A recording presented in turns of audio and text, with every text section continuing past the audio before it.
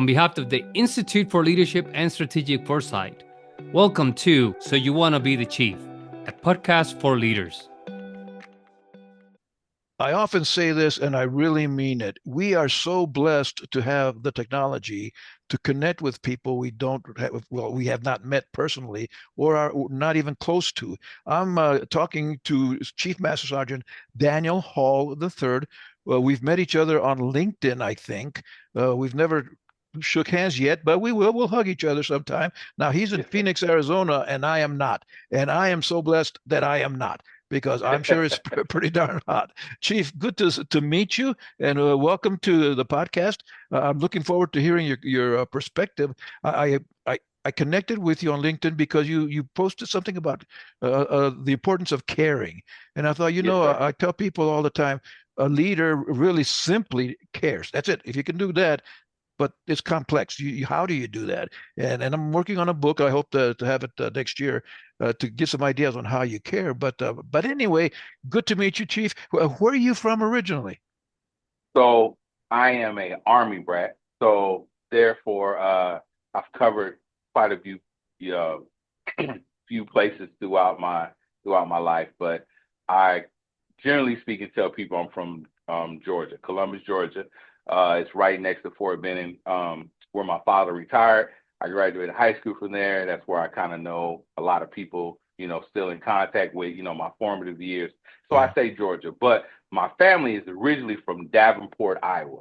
Oh, so it's right off the Mississippi River. It's it's across the bridge from Rock Island, Illinois. It's in the area what they call the Quad Cities. Okay. And so that's where my family is from. And then once my father joined the Air Force, joined the Army and married my mother, we eventually landed in Georgia, where he retired, and I called that home. Okay. So you're a Southern boy.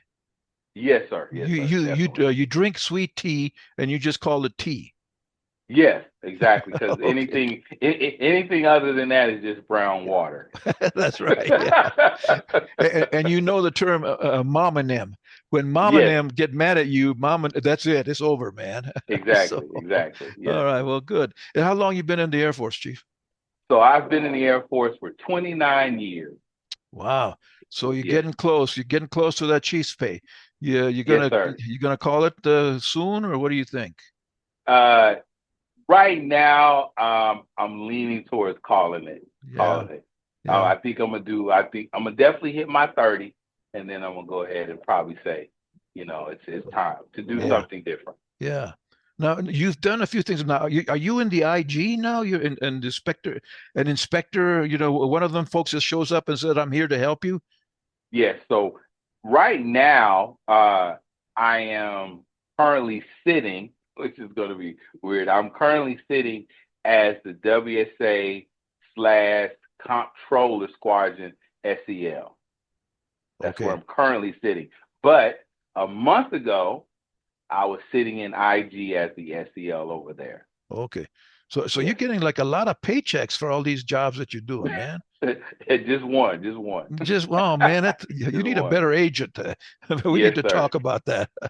Definitely. Yeah.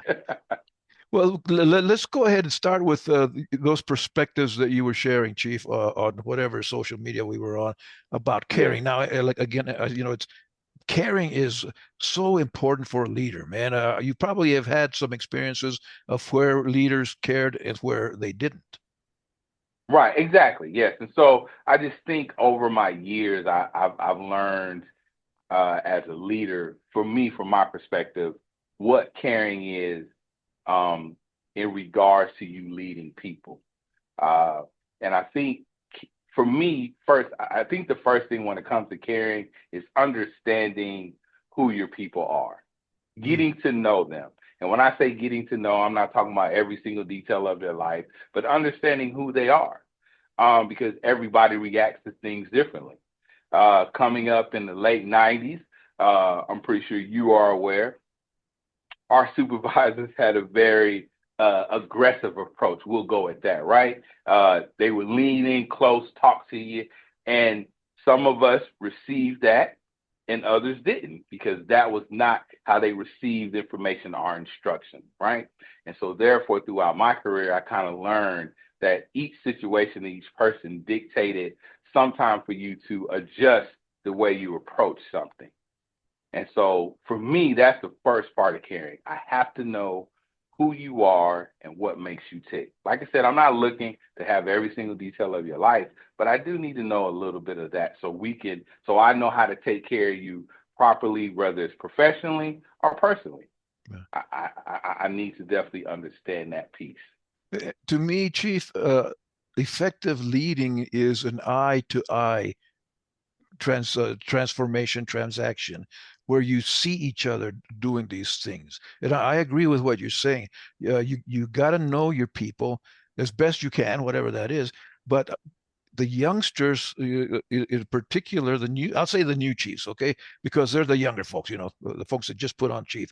Their perspective may be that the way I do that, chief, is by Googling them. I go on, find a Daniel Hall #3. Who is this guy? And whatever your bio says, that's what you accept as Daniel Hall III, which may or may not be accurate. And that we all know that social media, it's amazing. Some people put pictures of me up on social media of 30 years ago. Luckily, I have not changed. Luckily, but but some of you all have. I mean, you probably had hair not 20 years ago. Exactly, I did. I had a lot of it. That fro thing, I can see you with the fro, man. Yeah. But if we rely on and technology, again, as I said at the beginning of the show, it's great that we have it. But if you don't use it properly, you're liable to really screw up as a leader, because you look at the bio and it says all these things, and you assume. Remember back in basic training, assume what it does for you. Yeah, exactly. And we assume that this person is this way, and he's really not. Which is why I say, as I agree, you need to know your people, but you need to know them personally. Talk to them, be right there. And it's I taught at the Air Force Academy for 19 plus years, and I would ask, and I was in charge of not leading, but teaching the freshmen. And I would ask them, how you doing? And their answer was always outstanding, Chief. No, you're not, man. Come on, tell me the truth, Exactly. Okay. And now they tell, whatever's happening in their life, and then they open up, which is not outstanding. So I think we, as whether you're a chief, whatever leader you are, you're right. You need to get to know them, but know them personally as best you can. But that's tough. Like you say, back in my day, man, we had plenty of, well, I don't want to say plenty, but we had enough, I guess, supervisors to be out supervising. I'm not sure that you got enough to do the job anymore, Chief. Right. And then, of course, it was a little different back then, because, like you said, when I first came in, my first trainer was just another airman. It was, well, not just another airman. It was an A1C, and then it was a senior airman. I didn't get introduced to the NCOs till later. That required a signature. So things were just done just a little bit differently than kind of what they're done today. And of course, like you said, I came in around the Desert Storm, the Gulf War. So there was a lot of people. There was a lot of people in the Air Force at the time. And so you may have had more opportunities to kind of get to know your people. You just have to navigate it a little bit more now, and you have to do it on purpose. You have to do it on purpose. And as you say, on purpose, Chief, I think one of the best suggestions I can give to people is put it on your calendar. Exactly. It's I used to think that forgetting to do stuff was an old age thing. I don't think it is, man. It's even the youngsters forget, because there's what is it, TMI? I think it's a term that they use. There's just too much information. I forget, because there's, I can't get to do all of them. Well, put it on your calendar. The old saying, Mom and them taught you that if you want to know what really makes you is look at your calendar and your checkbook. Now, you do know what a checkbook looks like. Yes, sir, of course. Okay. I'm not that young. I'm young, but not that young. Not that young, yeah. Now, how many folks are you leading at right now, Chief? So currently in the WSA, I'm leading about 212, in addition to 19 agencies, which can range between 4 to 5 people per agency. Some agencies are bigger than others. We got a couple agencies with somewhere sits around 10 or 11, but most of them hover around about 5 or 6. So you add all of them together, you got quite a bit of people floating around. Yeah. So you must stay on the road somewhere visiting people all the time. Well, as of right now, the good thing is I'm settled in, don't have to do a lot of road travel. We do a lot of walking though around here because the agencies are spread across the base. Okay. So I just can't sit in my office, And of course, like you said, leadership is about I and I. I need to see you face to face in order for us to be effective leaders and to actually show that we care. You can say it, but until you show it, it don't really mean anything. Exactly. That's exactly right. You can say all you want. Talk. What is it? Talk is cheap. Exactly. If you ain't there, it doesn't matter. Now, one of the things I just had this conversation with someone the other day. When I made Chief Gwaltney, I don't know his first name other than Chief because he was Chief Gwaltney. He taught me that if you want to be an effective leader, if you want to be a good chief, you got to be willing to get your butt chewed at least once a week. Which what he was trying to tell me, you got to be willing to go into the boss, whoever the boss is, maybe a second lieutenant up to a general, and tell him or her, no, right, straighten them out. Do you do that? Is that good advice even for this day and age? Yes, it is. It hasn't changed much. I think the terminology has changed, but it's still the same process. I have to be willing to go inside and sit down with my officers and my commanders and say, this is what the people need. And sometimes it's not always pleasant because that may not they may not be on that same page. Or sometimes when you're presenting new information, everyone processes it differently. So they may go, I don't like that idea. And you have to do what you have to do as a chief in order to make sure that your people are being taken care of at the end of the day. And so it's pretty much the same process. You cannot be a chief and be afraid. If you're afraid, you might as well try something else because it is going to require a lot of courage to walk in certain rooms and say, this is not what is needed. We need this. But of course, like I said, with everything we do it, with respect to each individual and their rank. Always with respect. There's a way to straighten anybody out doing it with respect. It's when you go in there and yell at someone or you tell them, you suck. Well, that just ended the conversation. Exactly. One of us is not going to be listening at all. So they turned you off. Yeah. And I think, Chief, on the opposite side, if you don't do that, that's a disservice. I was at this happened several times where, unfortunately, where people wouldn't correct me when I was doing something wrong, and not major stuff, but one place I was at I think it was an NCO Academy graduation where I was speaking, and my bow tie fell off my shirt in my mess dress, and no one told me. And I thought that really sucks, man. Here, NCO Academy, where we teach you just exactly what you said. You have to have courage to stand up to anybody, whether they're your leader or not. And these guys, no one went up and said, "Hey, Chief, you're missing your tie." A Fulbert in 06 did it.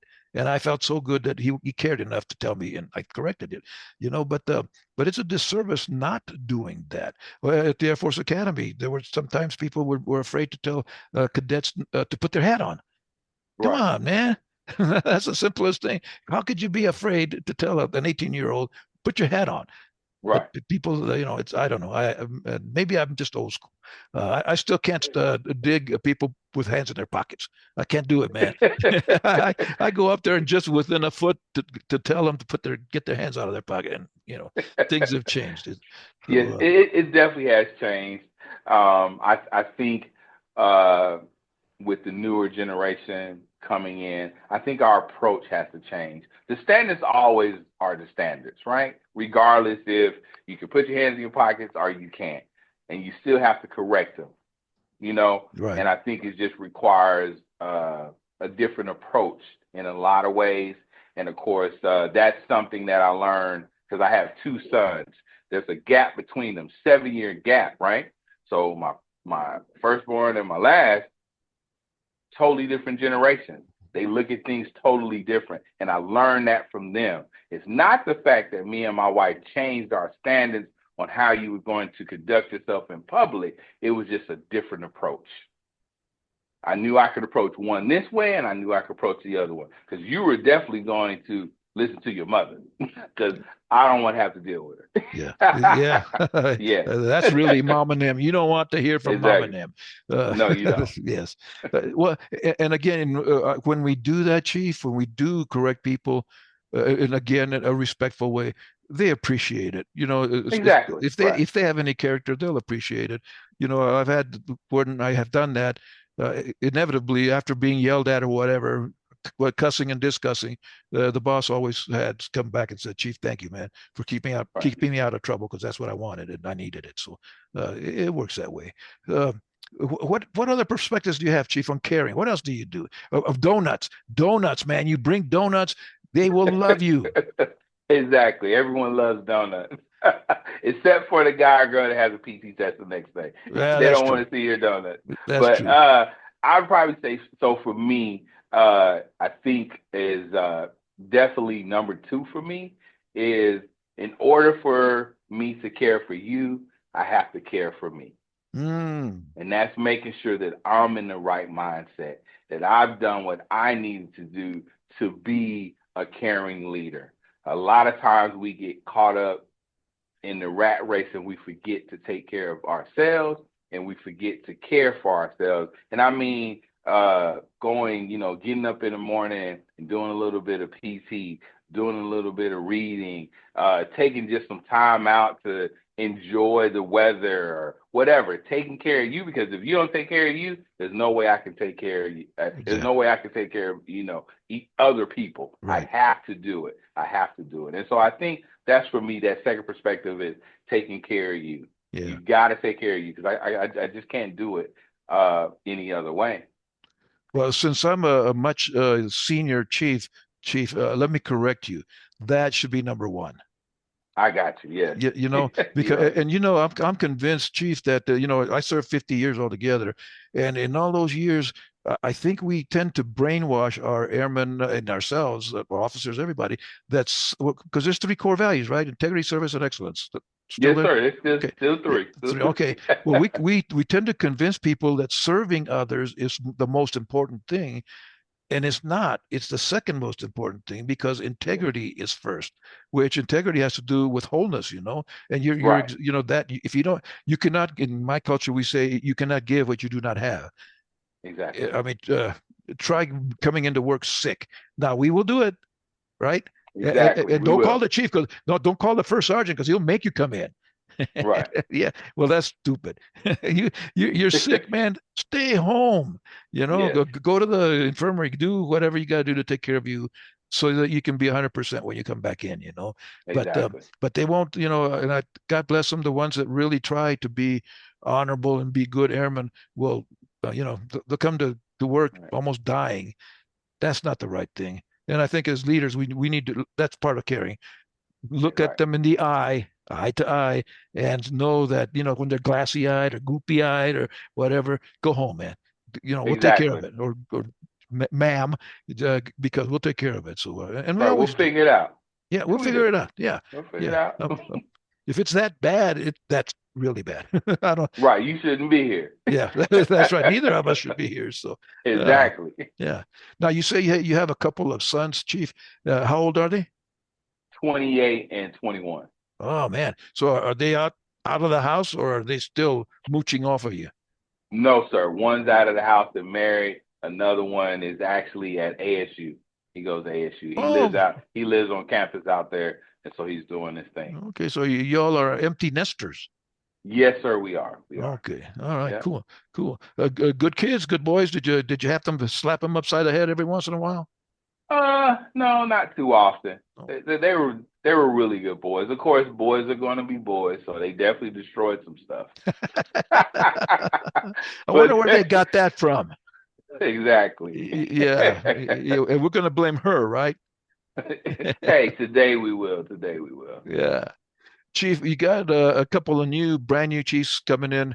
What are you going to tell them when they show up? How do they become a good chief? How do they become? And now I got to be careful how I say this. I wouldn't want them to be you, because you, Daniel Hall III, are your own entity. You are that person. We don't want them to be you, but we want them to learn from you, right? Right. What kind of lessons can you share with those brand new chiefs? Because let's see, this is July, so not too long, another 3 or 4 months, and then we get a new list, right, of brand new Yes, chiefs. So sir. what are you going to tell Right. them when you see them? Uh, I'll be honest. For me, the the main thing that I've been pushing probably over the last year or so is to be authentic, to be you. Because like you said, I am me, you're you, and we navigate the world differently. And I need you to be authentically you, so you understand what your weaknesses are and what your strengths are. A lot of times when we try to model ourselves after someone else, we begin to pull some of their traits. Not to say that's a bad thing, but you have to know yourself before you can start using traits of another person, right? For example, we've been talking about caring, right? And we've been talking about engaging with people, right? As a young NCO, I didn't do very well with people crying in my office. I had a thing with crying, right? But Yeah, I had to at some point understand that's how some people show emotion. But I had to realize who I was and what I needed to do to be able to support that person in that time. But I had to understand who Daniel was, right? I couldn't model myself after previous supervisors because they handled the situation different. They saw crying completely different than I did. Some people don't mind crying, other people can't stand crying. Some people are indifferent about it. But I had to understand who I was first. And that's what I try to tell new chiefs coming in. Just be you. But being you, you gotta understand the good and the bad about you. You know what I'm saying? And that's how you move forward. And that's how you, to me, that's how you grow as a chief. And that's how you, at the end of the day, are a leader that cares because you understand you. And we can definitely go with what one of the big words is today is emotional intelligence. And emotional intelligence is understanding your emotions and how you respond to certain things. That's the key of emotional intelligence, your response. We all, a lot of times we go, well, how are they? No, no. How are you going to respond in this situation? And so that's why I try to share with a lot of new chiefs. Be yeah. authentically you. And I think sometimes when you're a young leader, chief, you try to beat not only someone else, but too many things. I think, eventually you realize I don't do that. It's like the numbers, man. I don't do that. I'm not a left-handed, left brain person. I can't. One plus one to me equals three or more because I'm the right brain person. I'm talking about relationships and stuff like that, leading and all. Right. Where give me what is it? I don't. Do you still have spreadsheets? Is that still around? Yes, sir. A Okay. lot of people use Power BI now. That's Oh, kind of replacing spreadsheets. It's Power BI, oh, okay. which Let is me write pretty that much. down so I can sound smart. Not that I will be. But you give me a spreadsheet. I have no idea what it means. I just came from the Apple store. I'm having problems with my Apple Watch, and they were telling me stuff like, like spitting stuff out, like everybody around me was, well, yeah, yeah, that's it. And I'm saying, what Right. the heck are you talking about? I have no idea what you're talking about. I don't do that Right. that left brain stuff. Uh, but again, don't try to be everything because you're not. Right. You're Exactly. going to be good at certain things. And back in the day, Chief, I don't know if I hope that things still are the same. I knew what a lot of the strengths of my other the chief buddies were. So the things that I couldn't do, I'd call them. I don't do numbers. I call Joe over at finance. Hey, chief, can you help me out? Because I don't know what the heck I'm Right. doing. And there's nothing wrong with that. Uh, No, it's not. you can be humility, humble, and ask for help. That's key too. I think for when we're talking Right. about taking care of ourselves, Chief, is that we ask for help when we need it.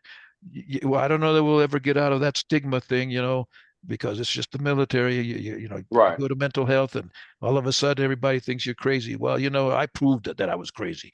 and I still made chief. So I went out of my way, evidently. But it's okay. I Right. think that's healthy. And, again, in 50 years, we said that forever and ever, that it's okay. Right. Go seek help. Uh, Yes. Again, you can talk all you want, but if you don't do it, it doesn't mean anything. So, Exactly. And that's why I try to lead by example. I have taken moments to seek help because I needed it. yeah, Right. In order for me to continue to function and be a good chief, I needed to take care of myself, like we stated earlier. yeah, You got to take care of yourself. If you don't take care of yourself, you definitely can't take care of others. It yeah. just doesn't work that way. Yep. And I'll tell you, give it about 20 years, and then you're really going to understand that, because the things start hurting that you didn't even know existed. Right. You Okay. know, every time I walk down the stairs from my bedroom, I hear a different sound, and I always wonder, where's that coming from? It's usually the knees or the hips, and it's like, oh Right. man, now what? But what's next for you, Chief? Once you finish out this next year, and God willing, all is good, and unless you win the lottery, then you won't do anything, right? Exactly. If I win the lottery, well, don't got to worry about me doing You go anything. fishing. Yes, probably right now, I would probably say the next year is to watch my youngest son graduate from college, uh, figure out where me and the wife are going to move, uh, and then uh, probably relax. Right now, I'll be honest. So I've been looking at a couple of things.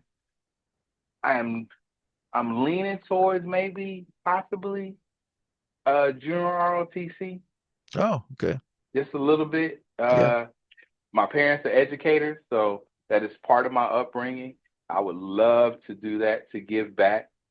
I just have to figure out, does that fit the life? Because my wife has sacrificed a lot. yeah, I've been doing this for 29 years. yeah, So I want to make sure that I'm in a position to uh, sacrifice for her now, yeah, because she sacrificed so much for me. I yeah, want her to be able to do some of them things she's been waiting to do, yeah, just because I chose to be in the military, yeah, because we've been together 27 years. So she's been with me most of the ride. yeah, So I definitely want to put myself in a position to where she can do what she needs to do, or what things she wants to do, or she loves to do, or just try random things that she just wants to. yeah. So I think that's next. My focus is really on her because my boys are in their 20s. Mhm. They got it. Yeah, They got it. yeah.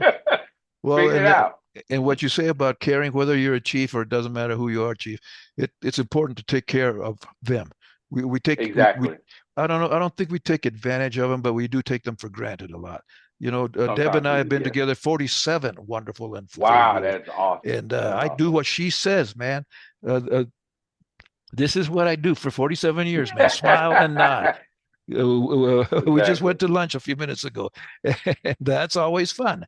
Where do you want to Right. go? I don't know. Where do you want? Oh, baby, here we go again. But anyway, that's a great thing. Take care of her, because she has been taking care of you, and we Exactly. we honor her and we salute her for having taken care of you. So, well, in ROTC, junior ROTC, that I've never done it, but I've worked with some of those youngsters, and it's always I call it air power, HEIR power. You take Yes. those youngsters and give them what you can, and let them go fly and do whatever they're going to do. So, best of luck with that.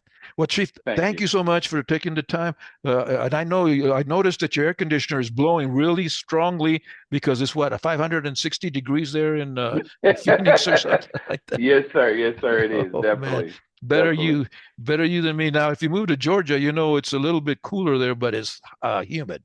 humid. Yes, the humidity is crazy. Yeah, yeah, Yes. but you'll get over it. Well, you Yes, take care sir. of yourself. God bless you. Thank And you. you know how to reach me if you need anything except money. I got no money. That's why I was hoping Yes, you'd win sir. the lottery. Because if you win the lottery, brother, we are going to be buds.